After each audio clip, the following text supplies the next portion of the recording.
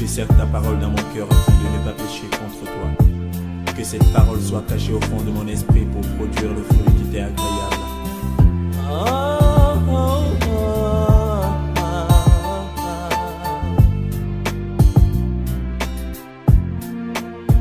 Plus que jamais j'aime ta parole.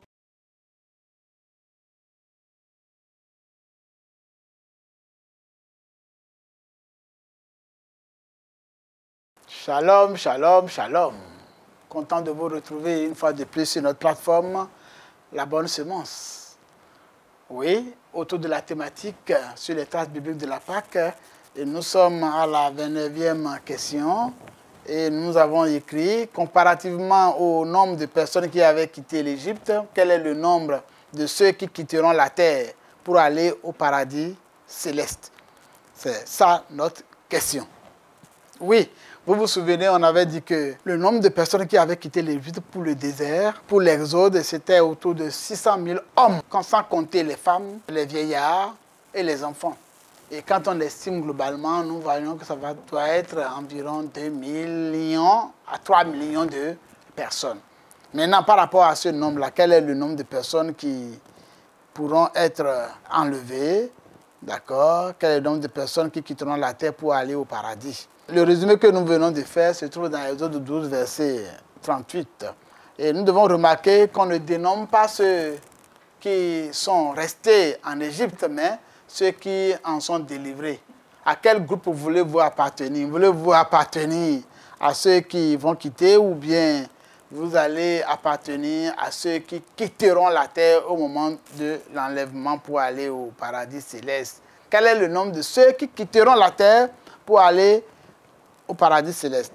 Nous voulons dire tout de suite que ce n'est pas le nombre de 144 000, lui dans Apocalypse 7, où nous voyons 12 000 de chacune des tribus qui est représentée là. Car en effet, quand on lit 2 Corinthiens 5, verset 1, il a écrit « Car nous savons que si la tente qui nous sert de demeure terrestre vient à être détruite, c'est-à-dire notre corps, nous avons dans les cieux une construction qui est l'œuvre de Dieu, une demeure éternelle non construite par les mains humaines. » Puis, quelques versets plus loin, on voit ceci, c'est écrit « Nous reprenons courage, content que nous sommes de quitter ce corps pour retrouver notre demeure auprès du Seigneur. » Nous voyons aussi que votre cœur ne se trouble point. C'est Jean chapitre 14, du verset 1 à 3. Dans la maison de mon Père, il y a plusieurs demeures. Sinon, je vous l'aurais dit, je vais vous préparer une place. Et quand je serai allé, vous la préparez, je reviendrai et je vous prendrai avec moi afin que là où je suis, vous y soyez aussi. Ok, quand on lit également Apocalypse 12, verset 12, il est dit ceci.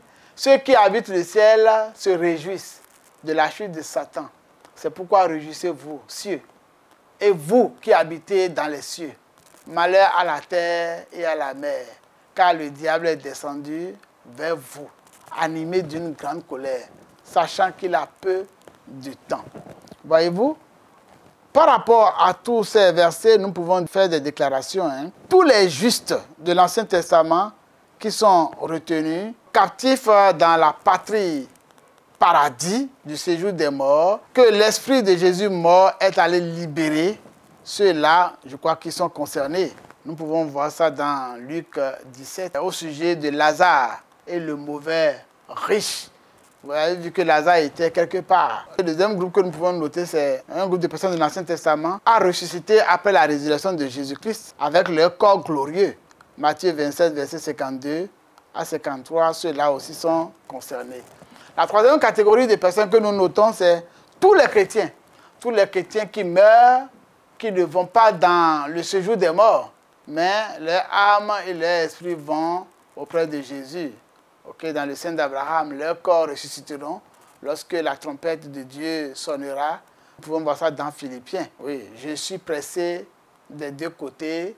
Et nous pouvons voir ça également dans Éphésiens 3, verset 15, 1 Pierre 1, verset 2 à 5. La quatrième catégorie que nous voyons, 1 Thessaloniciens 4, verset 15 à 18, c'est ce que nous révèle le mystère. Paul révèle un mystère, des millions de personnes ressusciteront. D'autres revêtiront un corps glorieux pour monter avec Jésus-Christ dans les airs. Ça, nous pouvons voir ça dans Jean 14, comme nous l'avons dit tantôt. Et puis le 5e groupe que nous avons noté, c'est qu'après l'enlèvement, la tribulation commencera. Les 5 filles sages seront enlevées. Les 5 folles reviendront avec de l'huile, mais l'enlèvement aurait lieu. La porte serait fermée, pas pour le salut, pour le groupe de l'épouse. Les filles vont témoigner et seront décapitées. Elles vont donner leur vie, bien sûr. Elles vont donner leur vie en martyr. Elles iront directement au ciel. Selon Apocalypse 20, verset 4, les âmes de ceux qui ont été décapités reviendront à la vie. Apocalypse dit avec précision, jusqu'à quand tarderas-tu pour tirer vengeance. Le 6e groupe que nous notons, c'est dans Apocalypse 7. Et là, ça parle d'une foule innombrable. Une foule innombrable, donc vous voyez que ce n'est pas 144 000 personnes seulement.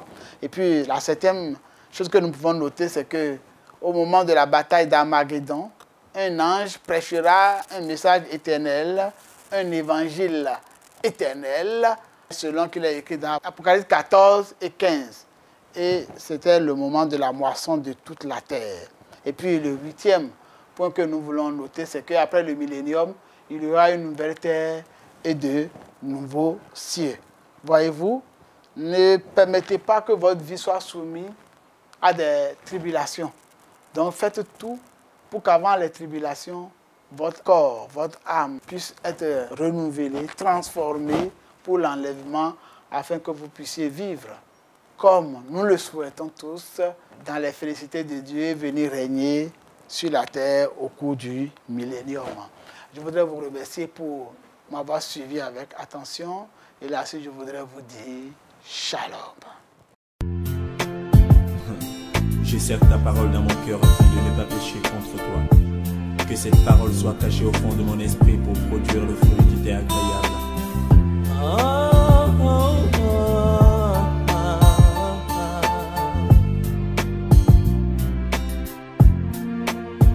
Plus que jamais j'aime.